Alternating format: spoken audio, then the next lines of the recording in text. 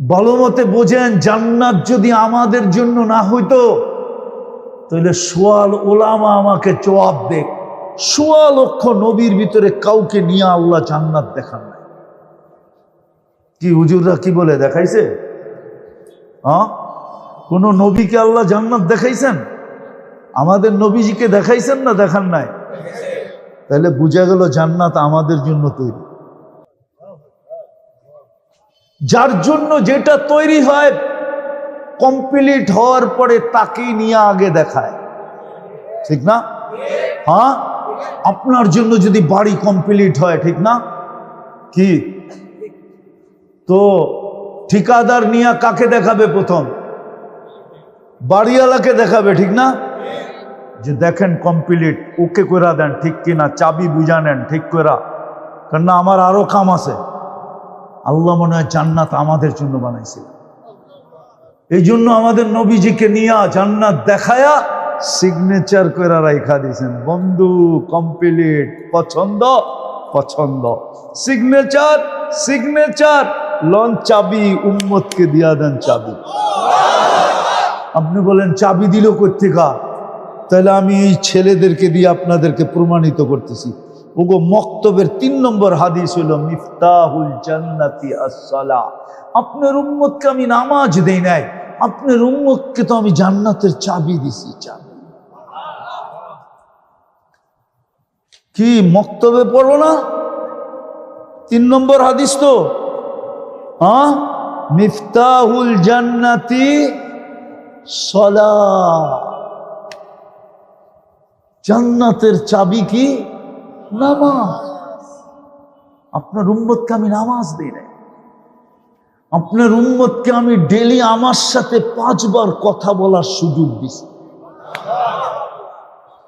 হায় হায়, একবারে মন ভরবে না, 2 বারও না পড়তে পারে, 3 বারও না পড়তে পারে, 4 বারও না পড়তে পারে, 5 বার দিলাম যেন আমার সাথে কথা বলতে বলতে মন ঘোরা যায়।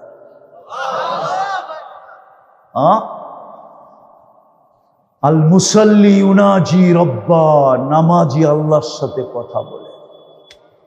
কি বলে? আপনার উম্মতকে আমি নামাজ দিই নাই, আমার কুদরতি পায়ে মাথা রাখার সুযোগ দিছি। আস-সাজিদু ইয়াসজুদু আলা কাদামাইর রহমান। আপনার উম্মতকে আমি নামাজ দেই নাই, সেজদায় যাইতে দেরি, ওর আর আমার সব পর্দা সরাইতে দেরি করি না, পর্দা উঠানোর জন্য দিছি, যেন ওর আর আমার মাঝে কোনো পর্দা না থাকে। ইদা সাজাদাল আব ইরতাফাআল হিজাব বাইনাহু ওয়া বাইনার রহমান। নারী পুরুষ যখন সেজদায় যায়, হায় হায়, এই জন্য মুসলিম শরীফে আছে মানুষ আল্লাহ সবচেয়ে কাছে হয় কখন? তো লেখা আছে ইদা ইয়াসজুদ, যখন সেজদা করে। কোরআনও আছে ওয়াসজুদ ওয়াক্তারিব, সেজদা কর তোকে নৈকট্য দিব। কতটুকু নৈকট্য দিবেন? আমার কুদরতি পায়ে তোর মাথা চলে আসবে, তোর আর আমার মাঝে কোনো পর্দা থাকবে না, নো পর্দা। আমি যেটা বুঝাইতেছিলাম শেষ জায়গায় চলে আসে। দুনিয়ায় কার কি পজিশন এটা সকলের জানা আছে, কিন্তু এটা আমার প্রশ্ন না। আমার প্রশ্ন আল্লাহর কাছে আমার পজিশন কতটুকু, ওইখানে আমার পজিশন কতটুকু। ওই পজিশন হাতের মুঠায় উঠায়া দেওয়ার জন্য মুহাম্মদুর রাসূলুল্লাহ, এই জন্যই সিরাত চিনা জরুরি, এই জন্যই সিরাত জানা জরুরি, যেন ওই পজিশন আমার হাতের মুঠায় চলে আসে। হাতের মুঠায়, হাতের মুঠায় যেন চলে আসে। ওই আদর্শ নিয়ে মুহাম্মদুর রাসূলুল্লাহ সাল্লাল্লাহু আলাইহি ওয়াসাল্লাম এই মাসে আসছিলেন, যেন ওই আদর্শ আমাদের হাতের মুঠায় চলে আসে। কিন্তু আফসোস আফসোস আফসোস, উম্মত সব তো চিনে, কিন্তু নবী চিনে না। কি করলো এটাও জানে না, কি করবে এটাও জানে না, কতটুকু প্রয়োজন রাখবো এটাও জানে না। আমরা কতটুকু প্রয়োজন রাখবো এটা আমরা জানি না, আমাদের জন্য কি করছেন এটাও জানি না, কি করবে এটাও জানি না। না জানার কারণেই আজকে রবির রঙে কেউ রঙিন না। আমি শেষ করে দিতেছি, উঠি না, আমিও শেষ জায়গায় চলে আসছি। বলেন তো কবরের প্রথম প্রশ্ন কি?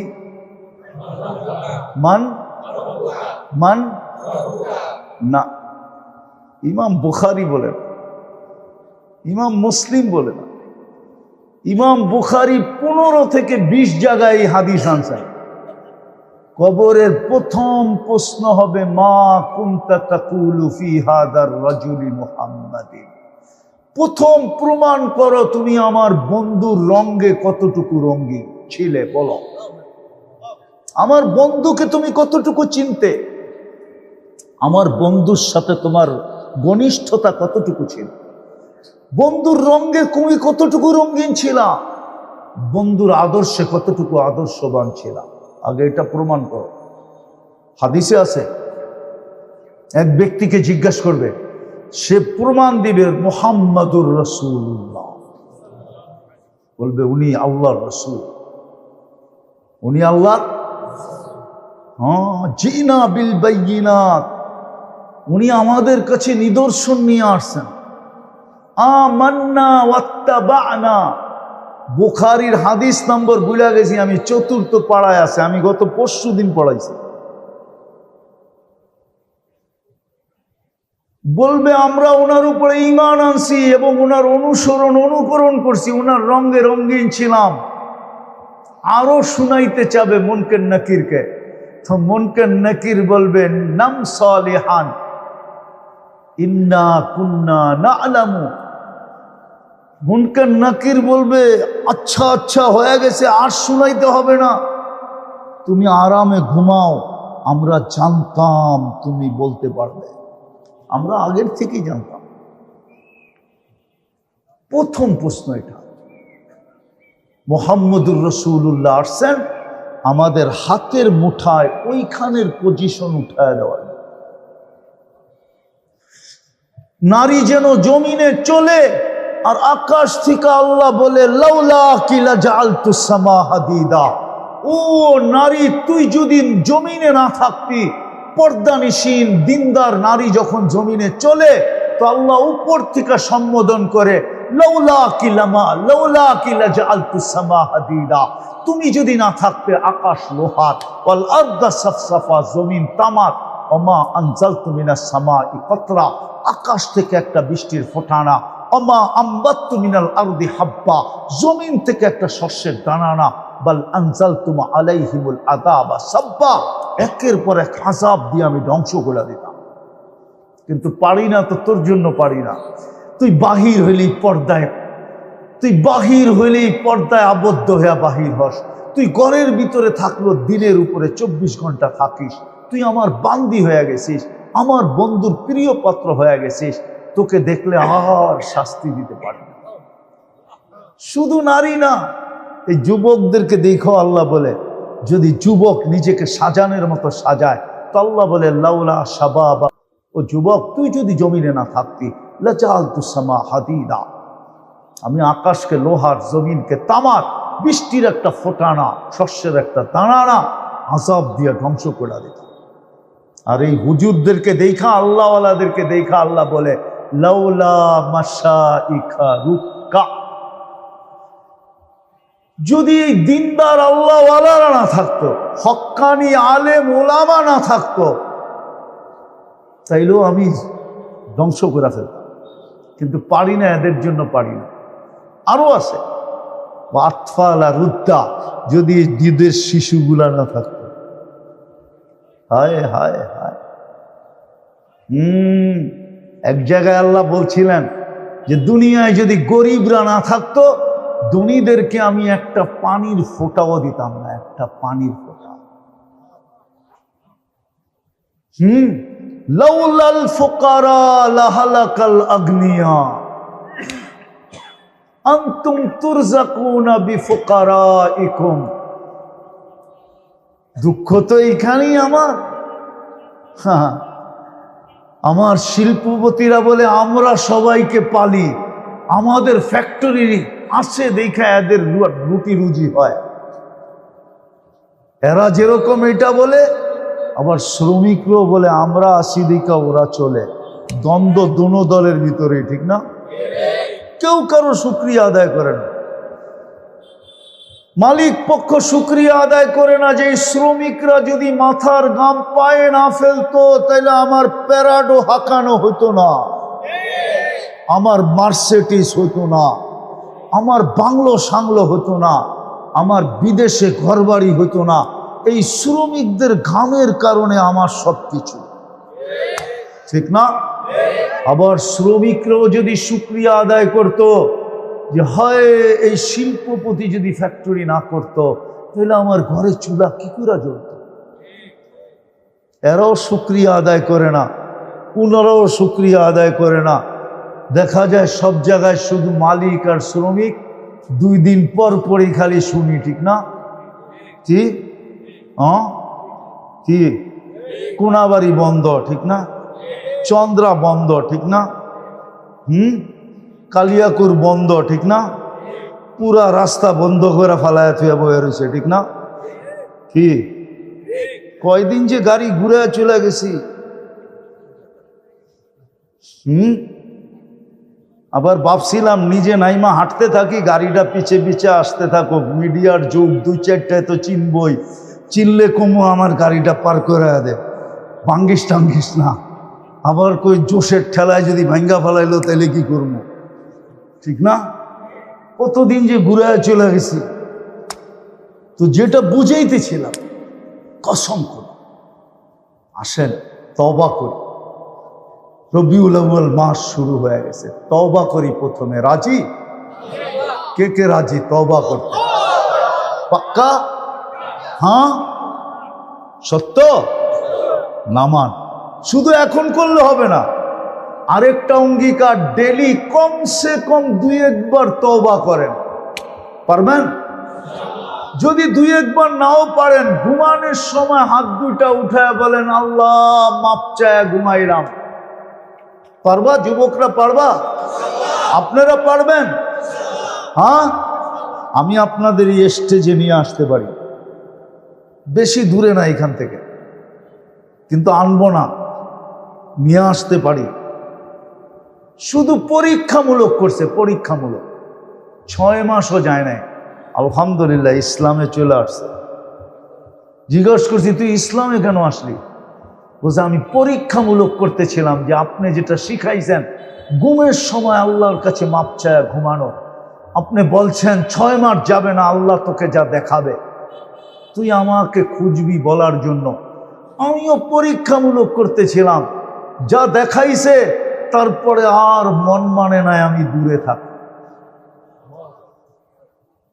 ইসলাম থেকে দূরে থাকি, আর মন আমার মানে নাই, সব ছেড়া দিতে মন চাইছে, ছেড়েও দিছি, কিন্তু যেটা পাইছি ওটা আর ছাড়বো না।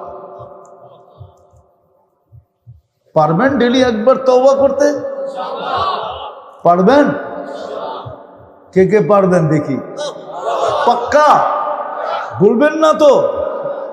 ওরা দেখেন 6 মাস ঘুমানোর সময় কিচ্ছু করেন না, সারাদিন আপত্তি নাই, কিন্তু ঘুমের সময় মনের থেকে এই তওবা করে ঘুমান, যে আল্লাহ তওবা করে ঘুমাইলাম। হইতে পারে একদিন ঘুমাবো আর উঠবো না, যদি তওবা না করলাম তো শুধু হাতছাড়া হয়ে যাবে। এই উম্মতের জন্য আল্লাহর পক্ষ থেকে ছাড়, কনসিডার, আল্লাহর পক্ষ থেকে সুযোগের পর সুযোগ। তো তওবা করলেন, ডেলি তওবা করবেন ইনশাআল্লাহ। দ্বিতীয়, আজকের থেকে নামাজ কোনোদিন ছাড়ব না, ওয়াদা? সত্য? তৃতীয়, নবী উলামাদের থেকে শিখা, উলামাদের কাছে যান, শিখেন যে আমাকে এরকম একটা সুন্নত শিখায়া দেন, একটা আমি শিখায়া দেব। হ্যাঁ পারবেন? এইখানে একটা জিনিস বসাইতে পারবেন? এইখানে চিনেন? এইখানে, আরে আমার ইশারা বোঝেন কোথায়? দিলের ভিতরে বসায় নেন একটা জিনিস, আপনাকে হাজারো প্রমাণ দেখ, কোটি কোটি টাকার লোভ দেখ, আপনি একটা জিনিস বসায় নেন দিলের ভিতরে, আর কিচ্ছু লাগবে না। একটা জিনিস বসান যে বিনা দলিলে মুহাম্মদুর রাসূলুল্লাহ সাল্লাল্লাহু আলাইহি ওয়াসাল্লাম সর্বশেষ নবী, ওনার পরে কোনো নবী নাই নাই নাই। পারবেন বসাইতে? হ্যাঁ, কি বসাবেন? সর্বশেষ নবীকে। যদি কেউ আপনার সামনে হাজারো দলিল দেয় তো আপনি কি বলবেন? বিনা দলিলে উনি সর্বশেষ নবী। তোর কোন দলিল আমি মানতে রাজি না, কোন লোভ মানতে আমি রাজি। কসম খোদার, যদি বসাইতে পারে এইখানে যত লোভই দেখ আপনাকে আর যত প্রমাণই দেখ, আপনি যদি যেরকম আপনি বলেন আল্লাহ এক, এটা দলিল দিয়া না দলিল ছাড়া? হুজুররা কি বলে? দলিল ছাড়া না দলিল দিয়া? দলিল ছাড়া আল্লাহ অদ্বিতীয়। মুহাম্মদুর রাসূলুল্লাহ নবুয়তের ভিতরে সর্বশেষ এবং এক, ওনার কোনো দ্বিতীয় নেই, উনি সর্বশেষ। এটা বসা, আমি প্রমাণ দিতেছি আপনাদেরকে। আমি একবার সফর করতেছিলাম মাদাগাস্কার, নাম শুনছেন কিনা জানি না, চিনবেন কিনা এটাও জানি না। মাদাগাস্কার একটা দেশ আছে ভারত মহাসাগরের ভিতরে, বাংলাদেশের থেকে 2-2.5 গুণ বড়, সমুদ্রের ভিতরে। তো আমি ওইখানে সফর করতেছিলাম, তা আমি একজনকে জিজ্ঞাসা করলাম তুমি কি মুসলমান? তো আমারে বলতেছে জোরের ঠেলায় 100% মুসলমান, অথচ ওর পরনে হাফ প্যান্টও না, হাফ প্যান্টেরও হাফ প্যান্ট। কি মনে হয় বোঝেন নাই? না না, হুজুরে বোঝে নাই। হাফ প্যান্টেরও দাড়ি দুড়ি তো নাই। তো আমি মোবাইলের থেকে একটা ছবি বাড়ি করে দেখাইলাম, তুই যদি 100% হস তাহলে এটা কয় পার্সেন্ট? তোর চোখ দিয়া পানি বেড়ে গেছে। বেড়ে বলতেছে হুজুর মুফতি, তোর কথা সত্য আমি মানি, কিন্তু আমার এখানে একটা কলেমা আছে। কলেমা কি? কেন ওই দেশটা ফ্রান্সের আন্ডারে ছিল শত শত বছর। মাদাগাস্কার মুসলমানের দেশ ছিল, সব খ্রিস্টান হয়ে গেছে, অল্প কিছু মানুষ, 10 লাখের মতো মানুষ মুসলমান বাকি আছে, সব খ্রিস্টান হয়ে গেছে। পরিবেশ এরকম যেটা অবর্ণনীয়, বলা যায় না। বললাম না হাফ প্যান্টেরও হাফ প্যান্ট পরা, ও বলতেছে কি আমি 100% কি কি মুসলমান। ওকে আমার এখানে একটা কলেমা আছে। কি কলেমা বল? তো বলে লা ইলাহা ইল্লাল্লাহ মুহাম্মাদুর রাসূলুল্লাহ। আমি চোখের পানি মুছা দিয়া বললাম কাঁদিস না, তোর কথাই হাদিসে আসছে। আবু যর রাদিয়াল্লাহু তাআলা আনহুকে আল্লাহর রাসূল বলছেন যে নামাজ থাকবে না, রোজা থাকবে না, হজ থাকবে না, যাকাত থাকবে না, চিনার কোনো উপায় থাকবে না, শুধু এইখানে একটা কলেমা থাকবে, ওই কলেমা ওকে জান্নাতে নিয়ে যাবে। তা আবু যর রাদিয়াল্লাহু তাআলা আনহু বলছেন ওই কলেমা তাকে কিভাবে জান্নাতে নিয়ে যাবে? তো আল্লাহর রাসূল বলছে ওয়ালাউ রাদিফা আনফা আবা যর, তুই যদি কিয়ামত পর্যন্ত নাক মাটির ভিতরে ডলতে থাকস, তারপর ওই কলেমা তাকে জান্নাতে নিয়ে যাবে যাবে যাবে যাবে যাবে। এই জন্য আমি জোর দিয়ে বলি, আপনার এইখানে যদি আজকে বাংলাদেশের এই প্রেক্ষাপটে এই কথা বসাইতে পারেন, আপনাকে হাজার দলিল দেখ, প্রমাণ দেখ, লক্ষ কোটি হাজারো কোটি টাকার যদি আপনাকে লোভ দেয়, আর আপনি যদি এইখানে বসাইতে পারেন সর্বশেষ নবী মুহাম্মাদুর খাতামুন নবিয়্যিন কে মুহাম্মাদুর, ওনার পরে কোনো নবী, ওনার আগেও কোনো নবী, উনি সর্বপ্রথম ঘোষিত নবী, সর্বশেষ নবী। যদি এখানে বসাইতে পারেন তাহলে ইনশাআল্লাহ এই বিশ্বাস আপনাকে জান্নাতে নিয়ে যাবে যাবে যাবে যাবে। আর যদি একটু আপনার এটার ভিতরে সুতা পরিমাণও যদি এদিক ওদিক হলো তাহলে ফাঁসা যাবে। বর্তমান প্রেক্ষাপটে এটা দিলে বসানো সবার জন্য জরুরি। শুধু বসানো না, এটাই প্রচার করো। আমি যুবকদেরকে বলি তোমরা এটাই প্রচার করো। সর্বশেষ নবী কে? মুহাম্মদুর রাসূলুল্লাহ সর্বশেষ। আমার এই কথাটাই তোমরা তোমাদের মতো গুছায়া প্রকাশ করো, প্রচার করো। হতে পারে তুমি কবরে দেখবে তো দেখবে, এর আগেই দুনিয়ায় থাকা অবস্থায় স্বপ্নে দেখবে, তারপরে কবরে যাবে। তো নবীর সুন্নত আদর্শকে নিজের জীবনের সঙ্গী বানাই। একটা হলো ওলামাদের কাছ থেকে শিখা। ওলামাদের কাছে এরকম সুন্নত আছে, একটাই গুটি, কি একটাই গুটি, আরে জোরে কোন না, মারামারি হইব নাকি? একটাতেই গুটি লাল হয়ে যাবে। এক সুন্নত জান্নাত। শোনায় দিব একটা, বড় লম্বা হইতেছে না তো? হুজুরে পড়ছে আবু দাউদ শরীফ, জিজ্ঞাসা করেন পড়ছে কিনা। ওটা যিনি লেখছে ওনাকে আল্লাহ মাফ করে দিছিলেন শুধু 2 টাকার কারণে। কয় টাকা? খালের ওই পারে একজনে হাসি দিছে, আর হাসি দিয়া জোরে বলছে আলহামদুলিল্লাহ।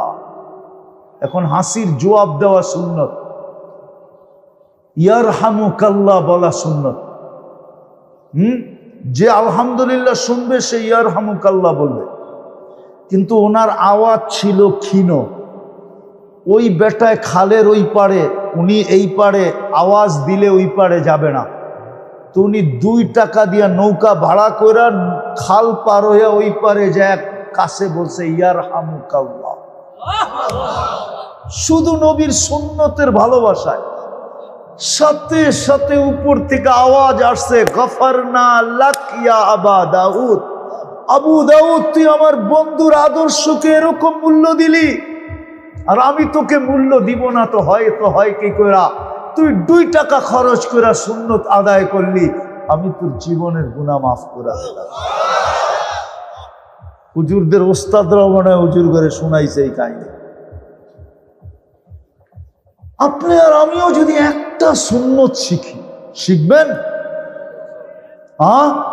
আরে হুজুরদের কাছ থেকে শিখবেন, একটা শিখেন যেটা দিয়ে পার হয়ে যাবেন। তাইলে আজকের এই সিরাতুন নবী, আর আপনি মানবেন না তো মানবেন না কেন? ওইদিকে গেলে লম্বা হয়ে যাবে। একটু বলি, কমসে কম যিনি 23 বৎসর আপনার জন্য চোখের পানি থামতে দেন, 23 বৎসর যিনি টানা কাঁদছেন। জিবরিল মিকাইল জিজ্ঞাসা করছে মাজাল আরাকা তাবকি, যখনই দেখি কাঁদেন কেন? তো বলছে উম্মতের জন্য আমার চোখের পানি থামে। যিনি কাঁদতে কাঁদতে দুনিয়ার থেকে চলে গেছে, যিনি এখনো কবরে আমাদের জন্য কাঁদেন, যিনি কবর থেকে উঠবে আমাদের জন্য কাঁদতে কাঁদতে।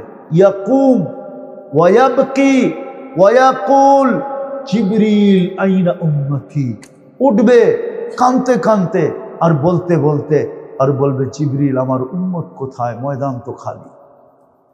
আওয়াসালা ইলা শাফিরি জাহান্নাম, জাহান্নামের কিনারে চলে গেছে। আও আবারা সিরাত, আমার উম্মত কি পুলসিরাত পার হয়ে গেছে? কাঁদতে থাকবে, যে কিয়ামতের মাঠে পর্যন্ত চিৎকার দিবে উম্মতি উম্মতি বলে।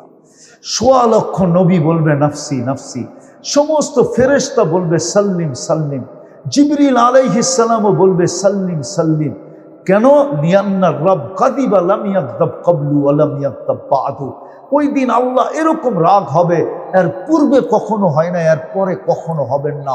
এরকম রাগ আল্লাহ ওই দিন হবে। সব নাফসি নাফসি আর সাল্লিম সাল্লিম বলতে থাকবে।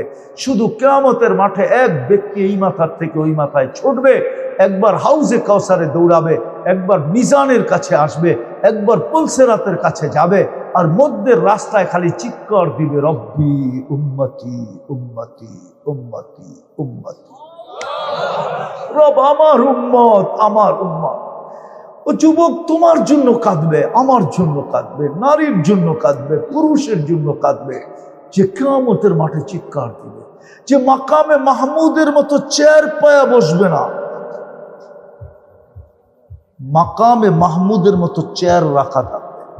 কোন আলেম আমাকে প্রমাণ দিতে পারবে না 1 সেকেন্ডের জন্য বসবেন না, শুধু হাতলের উপরে হাত রাখা দাঁড়ায় থাকবে, বলবে আমি বসবো না।